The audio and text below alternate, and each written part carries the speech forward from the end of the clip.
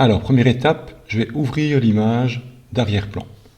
Menu Fichier, Ouvrir, et je choisis l'image caméra.jpg. J'ouvre, apparaît une fenêtre, et j'opte pour préférer le profil incorporé, et je valide en faisant OK. Apparaît ma photo. Je souhaite recadrer l'image et recentrer l'appareil photo. J'aurais gardé le bas de l'image, recadré un peu au-dessus et sur les côtés. Pour cela, je me rends dans la palette d'outils, je choisis l'outil Recadrage. Dans la barre d'options, je reste bien en rapport L et H et je viens sur le coin en haut à gauche du cadre. Je glisse le coin vers le bas à droite jusqu'au moment où le haut de l'image sort du cadre. Et en jouant sur le coin en haut à gauche ou en haut à droite, je fais en sorte que l'appareil photo soit au centre de ma grille de recadrage. Encore un petit peu comme ceci. Voilà. J'ai donc ainsi supprimé la partie gauche, droite, haute. Par contre, je ne recadre pas en bas. L'objectif est relativement centré. Pour éventuellement déplacer ma grille, je positionne dans la grille de recadrage et je peux encore, si besoin, ajuster la position. Je recentre bien l'objectif. Quand ça me convient, je passe à la barre d'options et je vérifie que la case « Supprimer les pixels reliés » n'est pas cochée. Le but est de couper dans l'image, mais pas de manière définitive. Je pourrais ainsi à tout moment ajuster le cadre et refaire apparaître des parties que je ne voyais plus. Quand j'ai terminé, je valide en cliquant sur le petit V dans la barre d'options, le V de validation. Une fois validé, on voit l'image recadrée. J'ai donc supprimé un peu de la partie à droite, un peu de la partie gauche et de la partie haute de la photo. Par contre, je n'ai rien recadré en bas. On voit dans la palette calque que l'arrière-plan est devenu un calque 0. Ensuite, je souhaite renforcer le contraste de l'image et également un peu assombrir les lumières du bas. Pour cela, je me rends dans la palette calque en bas, quatrième bouton, et je choisis le réglage de courbe. Dans Propriétés, apparaît un histogramme avec une ligne traversant une grille. En bas à gauche, le point symbolise le noir et en haut à droite, le point symbolise le blanc. Je voudrais foncer mes lumières, donc je prends le point en haut à droite et je vais l'abaisser. En abaissant le point, je fonce au départ les blancs, les lumières et hautes lumières, les couleurs moyennes, les couleurs foncées, voire même les noirs. Je remonte et je vais glisser mon point légèrement vers le bas. En faisant ça, j'ai réussi à assombrir notamment les lumières de la photo. Pour gagner en contraste, je vais me créer deux points. Je vais me créer un point en bas, d'un clic, je crée un point, et je vais créer un point au-dessus, d'un clic, je crée mon second point. Je vais prendre le point du bas et je vais l'abaisser. En abaissant le point, j'assombris les zones sombres de l'image. Je prends le point du haut et je le remonte, et là je vais éclaircir légèrement les lumières. En marquant ainsi mon S, j'augmente le contraste et je gagne en contraste sur ma photo. Voyons voir avant-après. J'ai donc bien gagné en contraste et j'ai aussi légèrement assombri le bas de l'image, la partie la plus claire.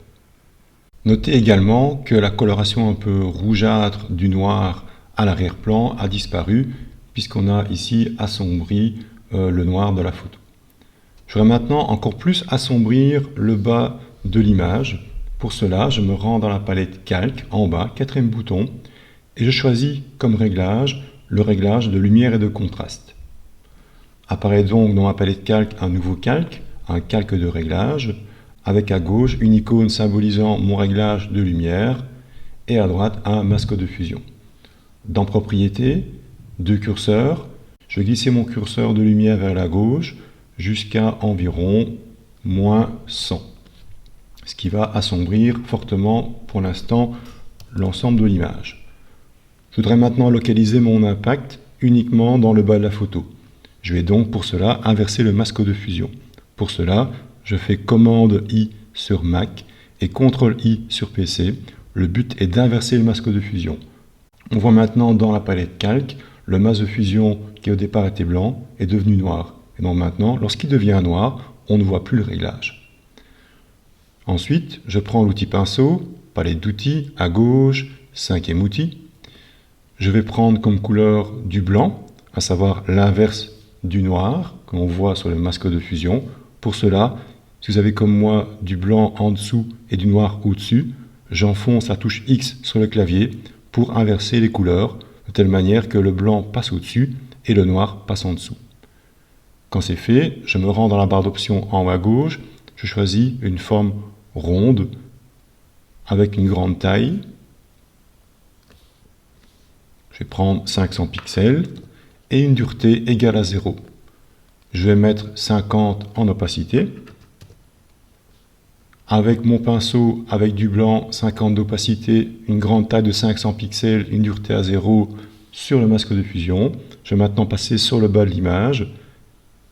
Et maintenant, partout où je passe, je vais faire apparaître mon réglage de lumière à 50%. Donc je ne passe qu'une seule fois pour qu'il n'y ait pas d'addition. Je passe bien sur le bas de la photo et j'ai ainsi assombri tout le bas de l'image à 50%. Au besoin, si je repasse une deuxième fois, on voit que l'impact est plus fort. Je passe donc une deuxième fois et voilà. Étape suivante, on va tracer une sélection elliptique dans l'objectif. Je me rends dans la palette d'outils en haut à droite et je choisis l'outil sélection elliptique, le deuxième outil parmi les 4 outils disponibles. Dans la barre d'options, je mets bien 0 en contour progressif, je suis bien en style normal et la case lissage est cochée. Parmi les 4 boutons disponibles, je prends le premier. Je vais ici sélectionner l'objectif en laissant l'écriture en dehors de ma sélection. J'enfonce et je maintiens le bouton gauche et je trace ma sélection. Pour faire éventuellement un cercle parfait, je maintiens la touche majuscule, Shift enfoncé, et au besoin, pour déplacer ma sélection, j'enfonce et je maintiens la barre d'espacement. Je positionne donc mon cercle correctement et je mets pour cela de la barre d'espacement. Chaque fois que je la maintiens, je peux déplacer ma sélection là où je le souhaite. Je positionne au mieux ma sélection, un peu plus haut, je lâche le bouton gauche. Au besoin, pour ajuster la position, vous pouvez enfoncer une des 4 flèches du clavier, les flèches directionnelles, pour pouvoir monter légèrement vers le haut ou vers le bas, et ça en utilisant une des 4 flèches du clavier. Une fois la sélection faite, on va se créer un calque. Je me rends dans la palette calque en bas, deuxième icône, celle près de la corbeille, je me crée donc un nouveau calque. Dans la palette calque apparaît donc un calque vide, un calque vierge. Je vais remplir ce calque de noir. Pour cela, je me rends dans la palette d'outils, je choisis l'outil pot de peinture. Il est peut-être caché par l'outil dégradé. Je vais prendre du noir. Pour cela, j'enfonce la lettre D sur le clavier, D comme défaut. Et je vais faire un clic avec mon pot de peinture dans ma sélection. Avant tout, je vérifie dans la barre d'options que j'ai bien ici comme choix premier plan et non pas motif. Et aussi 100 en opacité. Je fais un clic dans la sélection et la sélection est remplie de noir. Je désélectionne en faisant commande D sur Mac et CTRL D sur PC. Étape suivante, je vais ouvrir la deuxième photo. Menu fichier, ouvrir, et j'ouvre l'image rail. Je choisis préférer le profil incorporé. Je vais prendre l'image entière et je vais la copier-coller. Je fais donc commande A sur Mac, CTRL A sur PC pour prendre l'image entière. Je peux aussi faire menu sélection et tout sélectionner. Et pour la copier, commande C et sur PC, CTRL C. Une fois l'image sélectionnée et copiée, je peux la refermer. Et maintenant, je vais coller mon image en faisant commande V et sur PC, CTRL V. Alors maintenant, je vais réduire la taille des rails par rapport à mon objectif. D'abord, je me rends dans la palette calque. Je vais un petit peu baisser l'opacité du calque à environ 50 de manière temporaire. Je fais commande T sur PC, CTRL T. Je viens sur un des 4 coins de mon cadre et je redimensionne l'image tout en maintenant la touche majuscule pour éviter les déformations de la photo. En me plaçant dans la photo, je peux la repositionner de telle manière que les rails viennent bien au centre de l'objectif. Alors, je vais encore réduire ici ma photo en taille.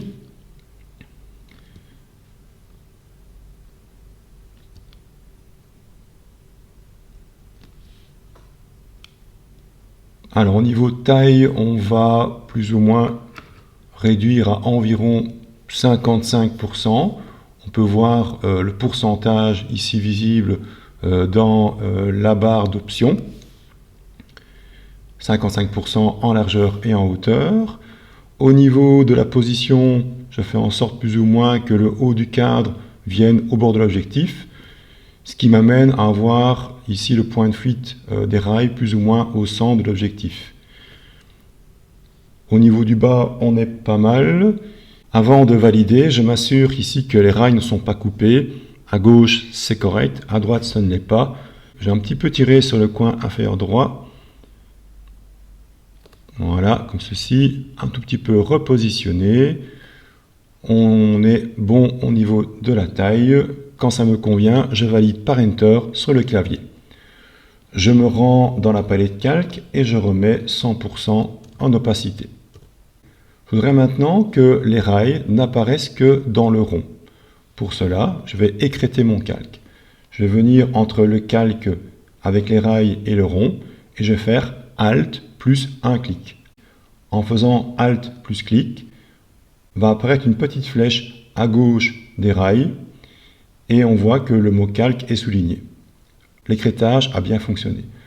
On voit bien sur la photo maintenant que le décor n'est visible que dans le rond. En effet, grâce à l'écrêtage, maintenant la photo des rails n'est visible que dans le cercle. Le calque est écrêté. Le calque 2 est visible dans le calque 1. On va maintenant faire en sorte que les rails sortent en dehors de l'objectif. Pour cela, étape suivante, je vais dupliquer mon calque avec les rails. Pour cela, sur mon clavier, j'enfonce commande J et sur PC, CTRL J. Je vais sélectionner les rails. D'abord, j'ai un tout petit peu zoomé, commande plus sur Mac, CTRL plus sur PC. Pour déplacer la photo, j'enfonce et je maintiens la barre d'espacement pour déplacer l'image à l'écran. Je me rends dans la palette d'outils, je choisis l'outil lasso polygonal.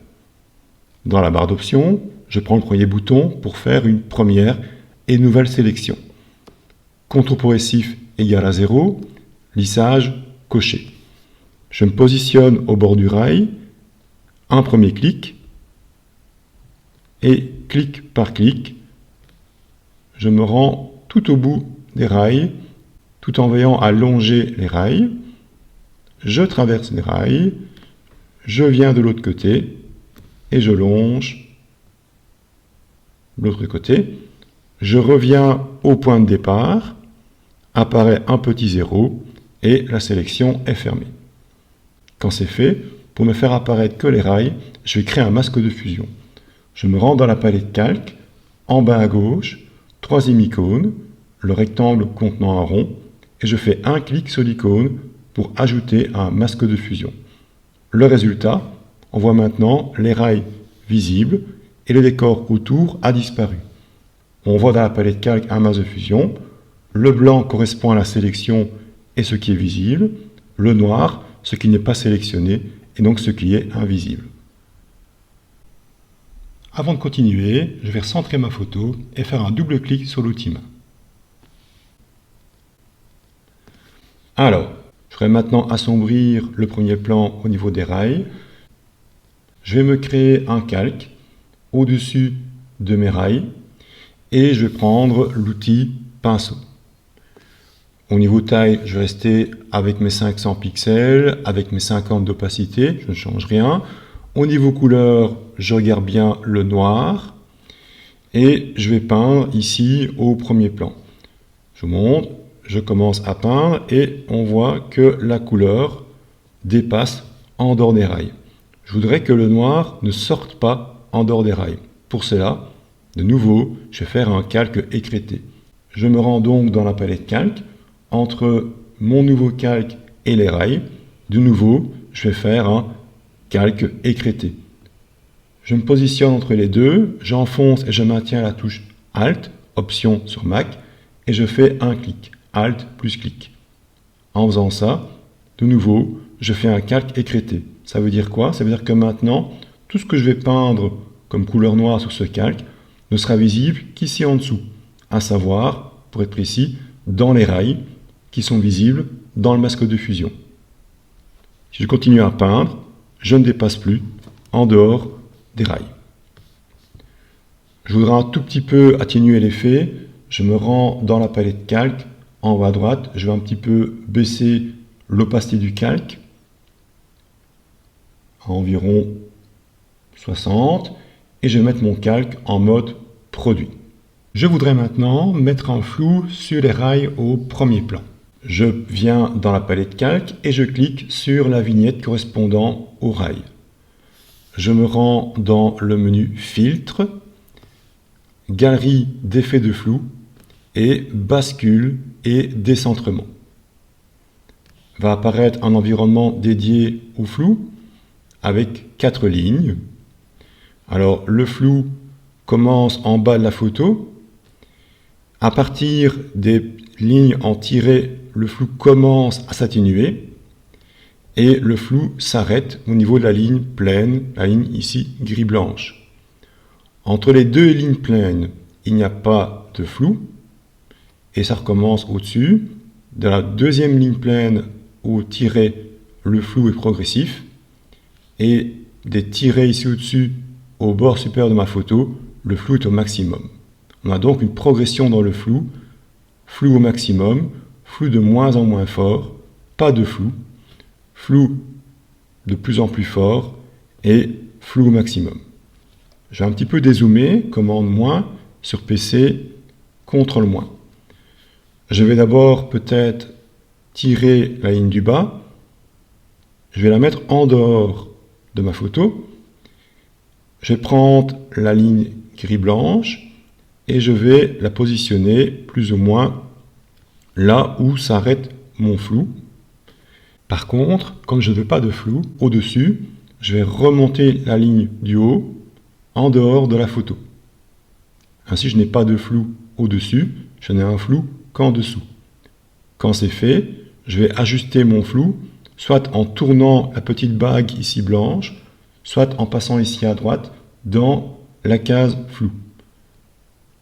On voit ici qu'en augmentant le flou, je perds bien en netteté au niveau des rails.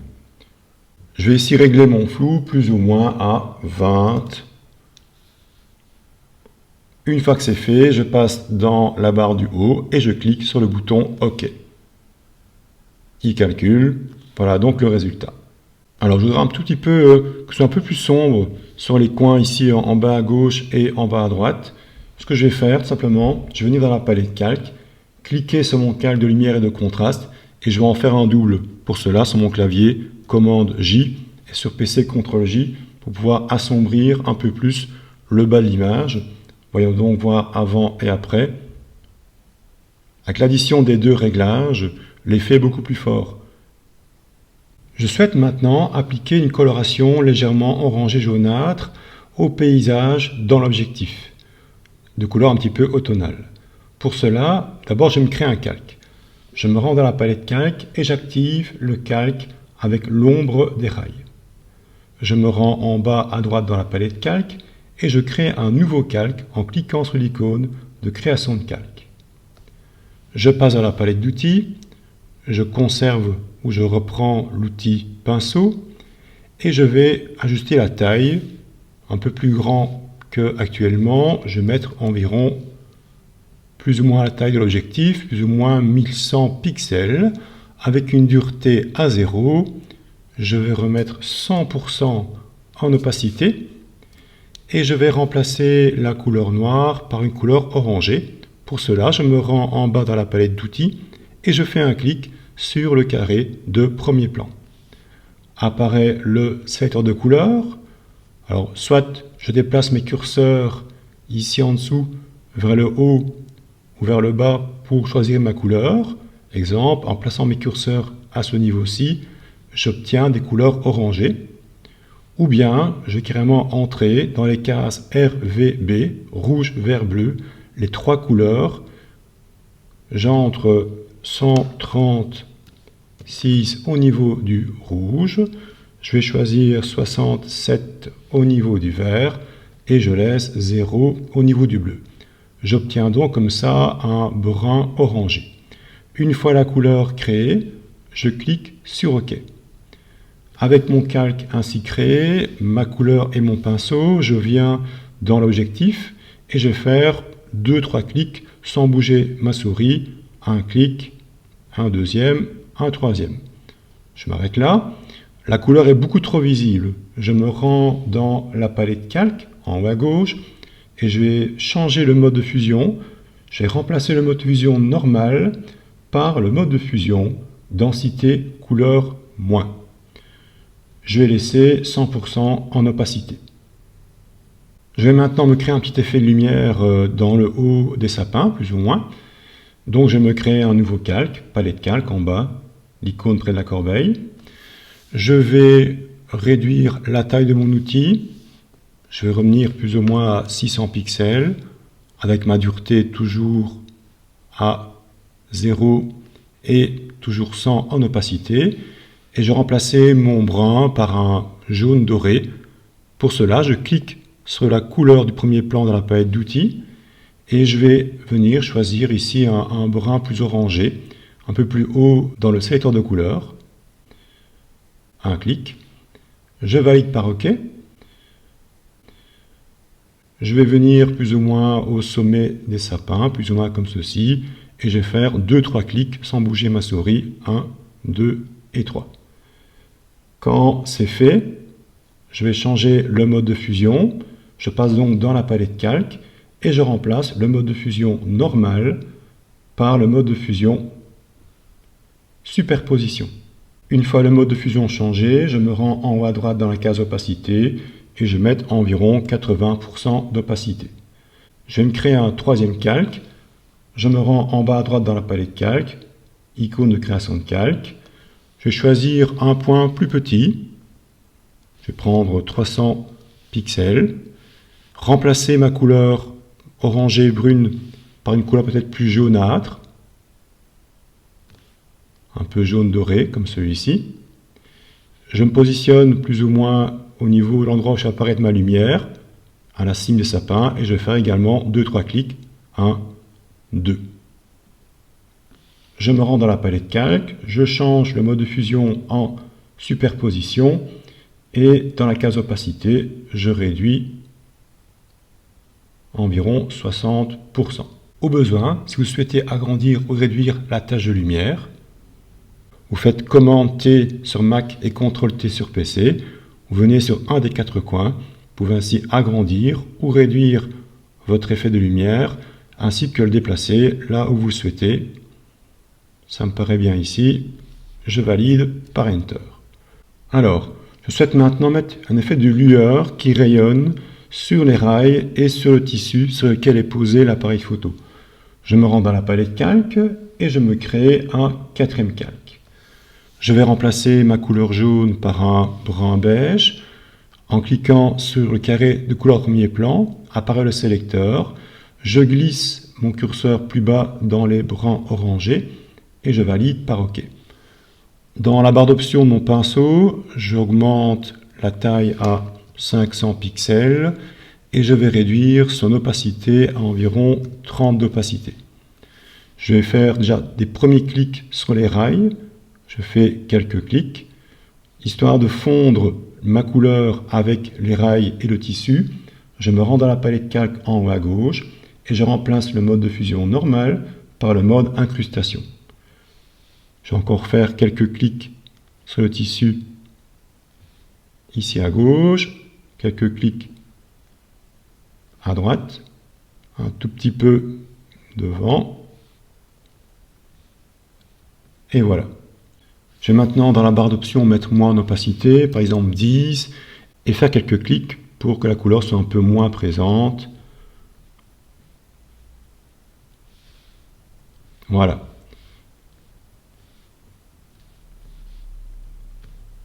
Comme ceci. Je vous montre avant et après. Étape suivante, on va maintenant ouvrir la troisième photo avec la personne et l'intégrer dans le décor. Je me rends dans le menu Fichier, Ouvrir, et j'ouvre la troisième image, l'image personne.jpg. On va faire la sélection de la personne. Alors, soit, vous pouvez par exemple le faire avec le nouvel outil Sélection d'objets. Dans ce cas-là, vous devez entourer la personne, lâcher le bouton gauche, et voilà la sélection qui est automatiquement par l'outil, qui est pas trop mal. Maintenant, il va falloir faire des retouches par-ci par-là. Dans l'ensemble, c'est pas trop mal. Sinon, on pourrait aussi prendre l'outil sélection rapide. Dans la barre d'options, prendre le second bouton, le mode ajout. Dans la case forme, prendre une épaisseur de 10, dureté à 100. Et je coche bien la case renforcer le contour. Je place mon curseur dans le sac, dans les jambes ou dans le bonnet. J'enfonce et je maintiens un bouton gauche et je sélectionne la personne. Je peux faire ça en plusieurs fois. Je sélectionne le bonnet, je viens dans le sac, je maintiens le bouton gauche, je continue ma sélection.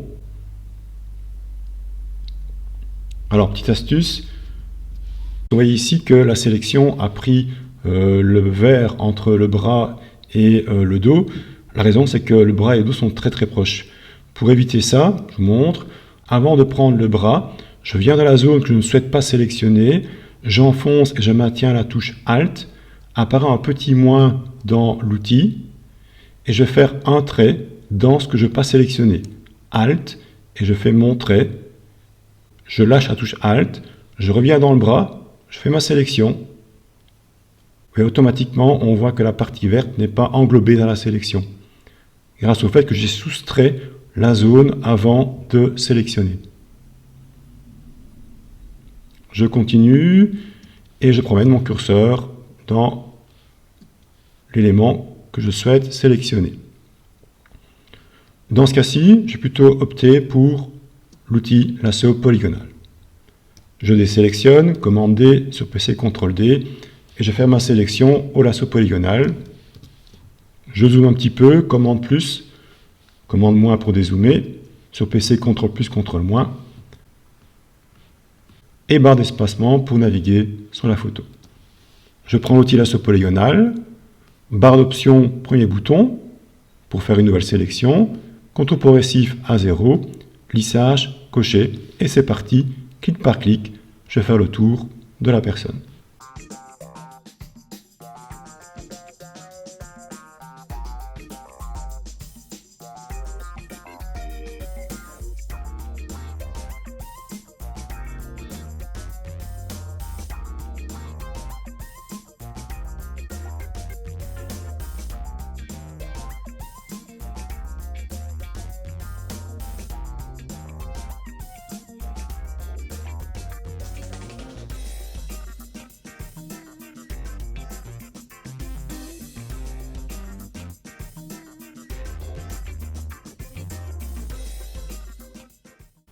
Et voilà, maintenant pour soustraire la partie entre le bras et le dos, j'enfonce le troisième bouton dans la barre d'options de l'outil lasso polygonal et j'entoure les parties à soustraire.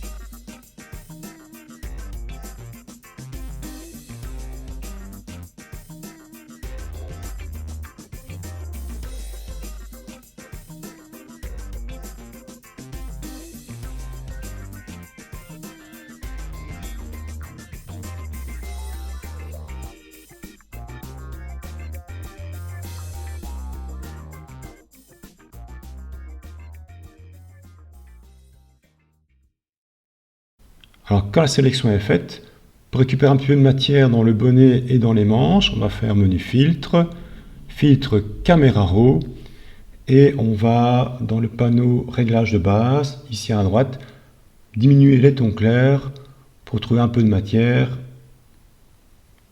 Hop, je teste avec moins 100, peut-être un petit peu moins quand même, je vais mettre moins 80. Ça me paraît bien, je valide par OK. Une fois que c'est fait, je vais copier-coller ma sélection, commande C sur Mac, CTRL C sur PC. Je clique sur l'onglet de mon image avec le montage et je vais coller tout au-dessus de la palette calque. Donc avant de coller, je suis bien sur le calque contenant le brun qui rayonne sur le tissu et les rails. Et je colle par commande V et sur PC, CTRL V. Je vais convertir mon calque en un calque dynamique.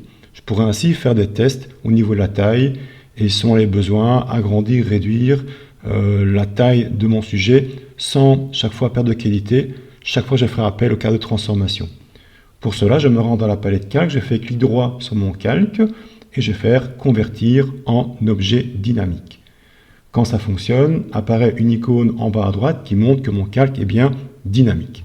Je voudrais maintenant mettre à l'échelle le modèle. Commande T sur Mac, CTRL T sur PC. Je viens sur un des 4 coins et je redimensionne. Avant de définir la taille correcte, je vais placer mon sujet au bon endroit. Je voudrais le mettre au début de l'objectif. Là, il est beaucoup trop grand. Donc, je positionne ses pieds plus ou moins à l'entrée de l'objectif. Je vais encore réduire au niveau de la taille.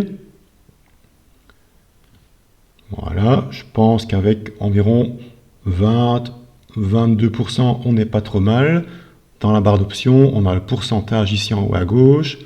Je suis plus ou moins à 22-23%. Ça me paraît correct. Je valide par Enter. Je vais un petit peu zoomer pour de plus près. Commande plus. Ça me semble bien au niveau de la taille. Je voudrais maintenant donner une coloration jaune et donc remplacer le bleu de la chemise par du jaune qui rappelle la couleur de l'arrière-plan. Pour cela, je vais me créer un calque. Palette calque en bas, deuxième icône près de la corbeille. Je vais choisir l'outil pinceau. Je vais réduire la taille de mon outil à 100 pixels avec une dureté à 0 et je remets 100% en opacité. Je vais remplacer mon orange brun par un jaune doré. Je clique sur le carré de premier plan dans la palette d'outils. Je glisse mes curseurs blancs un peu plus haut au niveau des jaunes et je choisis la couleur qui me plaît. Celle-ci par exemple, 217 en rouge, 177 en vert, 17 en bleu. Je valide par OK. Si je peins dans la jeune fille, la couleur dépasse. Pour éviter ça, je vais écrêter mon calque. Je viens donc entre mon calque vide et le modèle et je vais de nouveau faire Alt plus un clic. Maintenant, quand je peins, je ne dépasse plus en dehors du modèle. Je vais un petit peu zoomer, commande plus et sur PC, CTRL plus.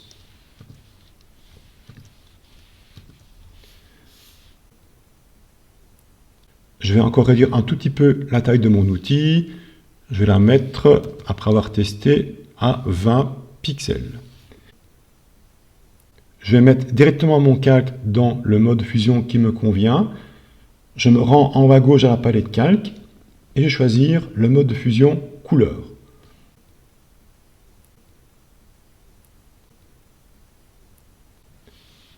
Je peins sur la chemise et je vois que la chemise change de couleur. Elle passe bien du bleu au jaune. Ça, grâce à mon mode de fusion couleur qui remplace une couleur par une autre. Dans ce cas-ci, je remplace le bleu de la chemise en jeans par un jaune. Je vais prendre un point encore plus petit pour être plus précis, pour ne pas déborder par exemple dans le sac à dos. Si je passe dans le parti noir, pas de problème, Là, la couleur jaune n'est pas visible dans les zones noires.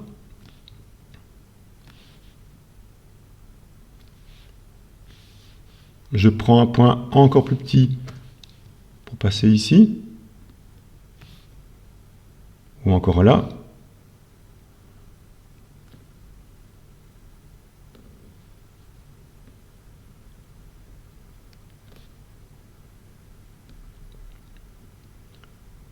Voilà. Vérifions. Voilà donc avant et après.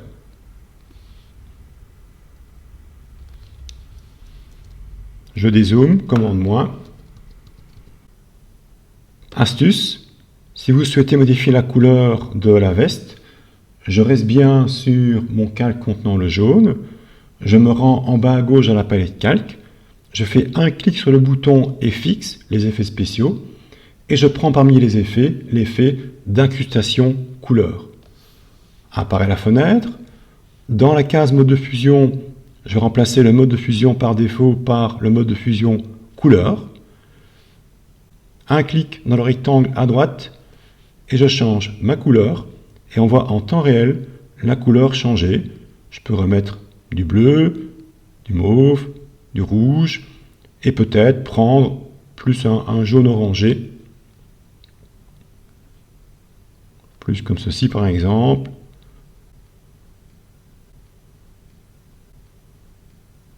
Voilà. Je valide par OK. Éventuellement, je peux modifier l'opacité de ma couleur, plus opaque, moins opaque. Je laisse ici plus ou moins 100 et je valide par OK. Voyons voir avant et après. Voilà, avec et sans mon réglage. À vous de choisir la couleur qui vous plaît. Je souhaite maintenant que ce soit un petit peu moins bleu au niveau du sac. Pour cela, je viens sur le calque contenant le modèle. Je passe en bas de la palette calque, quatrième bouton, et je vais choisir comme réglage la correction sélective. Dans Propriétés, je vais cibler la couleur que je souhaite modifier, à savoir les bleus. Je vais mettre un peu plus de jaune, je mets le curseur jaune vers la droite, au maximum, et je vais retirer un peu de magenta, le curseur vers la gauche, jusqu'au moment où la couleur du sac et du jeans me plaît. Voyons voir avant-après. Je décoche l'œil devant mon réglage. Voilà avant et après. J'ai ici plus ou moins moins 50 en magenta et plus 100 en jaune. Donc voilà mon résultat avant-après. Une fois que c'est fait, je souhaite maintenant ombrer le côté gauche ici du corps. Je me rends dans la palette calque en bas, quatrième bouton, et je prends le réglage de lumière et de contraste. Je vérifie que mon réglage est bien écrété, ce n'est pas le cas ici, il n'y a pas de flèche à gauche, c'est-à-dire que mon réglage influence toute ma photo. Voyons voir. Pour que mon réglage n'influence que le modèle, je viens entre mes deux réglages et je fais Alt plus un clic. Une flèche apparaît et maintenant mon réglage n'influence plus que le modèle et pas le restant de la composition. Je vais foncer en glissant mon curseur vers la gauche au niveau de la lumière. Je vais mettre pour l'instant environ moins 40. Quand c'est fait, je m'assure que le masque de fusion est bien sélectionné. Il y a bien ici autour du masque un cadre qui me montre que le masque est bien sélectionné. Je conserve le pinceau. Je vais prendre un point un peu plus gros. Ça me paraît pas mal, environ 70 pixels. Je vais prendre comme couleur du noir, touche X sur mon clavier pour inverser le noir et le blanc. J'ai bien 100 en opacité. Avec mon pinceau avec du noir à 100 d'opacité, je vais maintenant gommer le côté ombré, ici au-dessus du bonnet, dans le visage, sur le bras, sur le bord du sac, dans la jambe droite.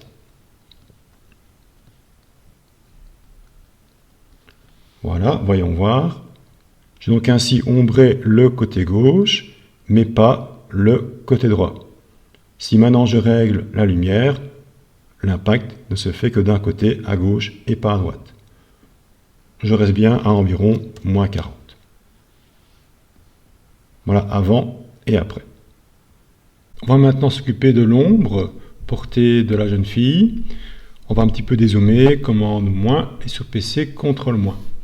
J'active le calque contenant la jeune fille, un clic. Je me rends dans la palette calque en bas à gauche, bouton FX, effets spéciaux, et je prends parmi les effets l'effet d'ombre portée.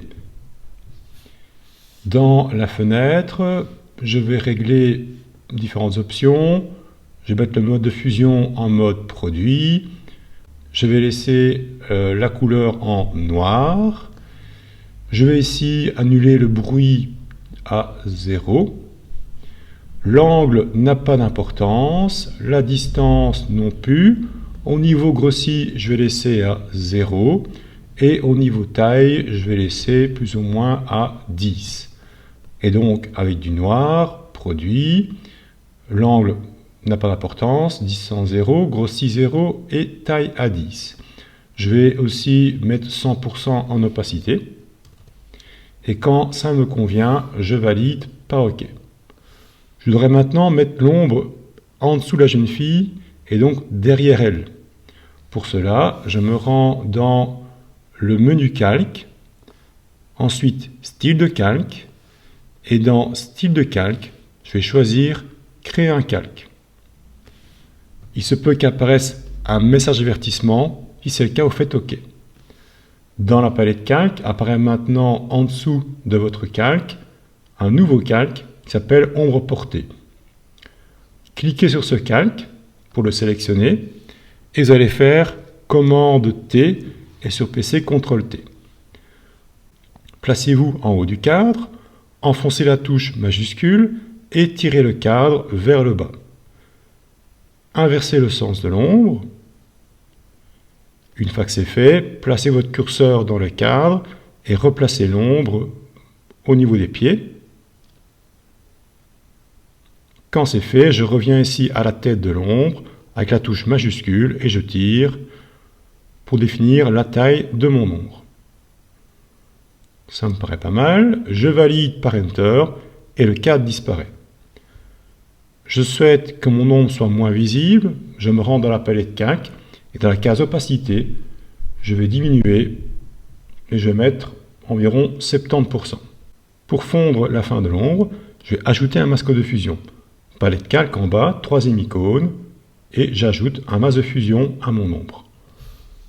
Je me rends dans la palette d'outils et je choisis l'outil de dégradé. Dans la barre d'options, j'opte pour le dégradé premier plan vert transparent. Dans les 5 styles, je prends le premier, le style linéaire. Dans la case mode, je reste en mode normal, sans opacité. Inverser et décocher, simuler et transparence sont cochés. J'ai besoin de noir. Si je n'ai pas de noir dans la palette d'outils, touche D comme défaut. Si je dois inverser les couleurs, touche X. Une fois que c'est fait, avec mon dégradé en linéaire, en normal, avec du noir vert transparence, sur la masse de fusion, je vais tirer mon dégradé. Je me positionne en bas de l'ombre, j'enfonce et je maintiens le bouton gauche et je tire en direction des pieds. Voilà le résultat. Je monte avec et sans l'ombre. On va ajouter un petit réglage de courbe pour booster le contraste de l'ensemble de la composition et faire un petit réglage au niveau des couleurs pour un peu refroidir les noirs de l'image. Je passe dans la palette calque, j'active donc le calque le plus en haut, à savoir le calque avec le jaune. Je me rends en bas dans la palette calque, quatrième bouton, et je choisis le réglage de courbe. Dans propriétés, on a donc notre histogramme. Je vais d'abord ici jouer sur le rouge, le vert et le bleu. Et pour cela, je vais créer une petite courbe en forme de S. Je vais faire un clic ici en bas à gauche pour faire un premier point comme tout à l'heure. Et un clic ici en haut à droite. Je prends le point ici en bas, je vais un tout petit peu l'abaisser. Et je prends le point ici au-dessus et un tout petit peu le remonter. En faisant comme ça, j'augmente le contraste de l'ensemble de la composition, à la fois au niveau de l'appareil photo, des rails du train, mais aussi du modèle. Voyons voir. Je souhaite maintenant donner une coloration plus froide, plus bleutée au bleu et aux ombres de l'image. Je reste dans mon réglage de courbe et je vais remplacer RVB par la couleur que je souhaite modifier, à savoir ici le bleu. Je vais prendre le petit carré en bas à gauche. Si je glisse ce carré vers le haut, le bleu est de plus en plus présent sur l'image. Au départ, le bleu n'est présent que dans les zones noires et sombres. Et plus je monte le carré, plus le bleu est présent, également dans les couleurs moyennes, dans les couleurs claires, et au final même dans les blancs de l'image. Je redescends. Je prends donc ce petit carré, je vais un tout petit peu le remonter, histoire d'avoir une coloration un peu plus froide, plus bleutée dans mes ombres, plus ou moins à ce niveau-là. Voyons voir avant et après. À vous de régler la hauteur du curseur selon ce que vous voulez faire comme effet. Je souhaite maintenant booster un petit peu les oranges jaunes de l'appareil photo. Pour cela, je me rends dans la palette calque en bas, quatrième bouton, et je prends le réglage de niveau. Je vais jouer sur les teintes orangées, donc je remplace RVB par la couleur rouge, la plus proche de mes couleurs orange. Et maintenant j'ai trois curseurs. L'orange dans l'objectif est plutôt un orange moyen. Et donc pour jouer avec ces oranges, je vais prendre le curseur du milieu. En le glissant vers la gauche, je vais rajouter du rouge orangé. Je glisse vers la gauche à environ 1,15 environ. Pour l'instant, toute l'image est impactée, pas uniquement l'objectif et la couleur orange sur le tissu. Donc je vais inverser le masque de fusion. Pour cela, je vais faire commande I. Sur PC, CTRL I.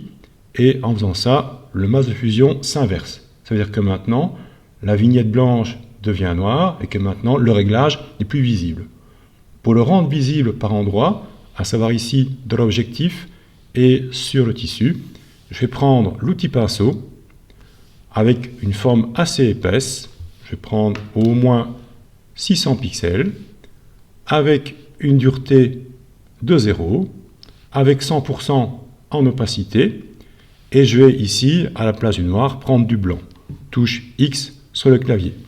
Avec mon pinceau blanc à 600 pixels et à 100 d'opacité, je passe maintenant partout où je vais faire apparaître mon réglage de niveau.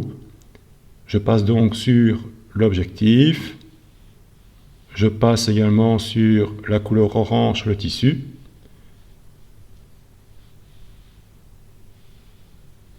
voilà, un tout petit peu sur le bord de l'objectif également.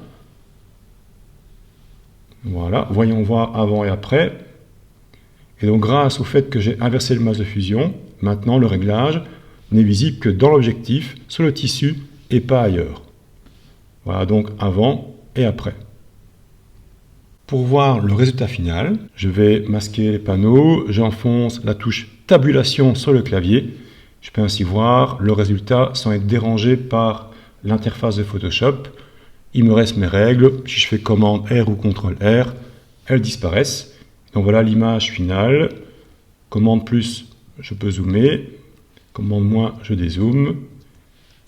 Et donc voilà le résultat.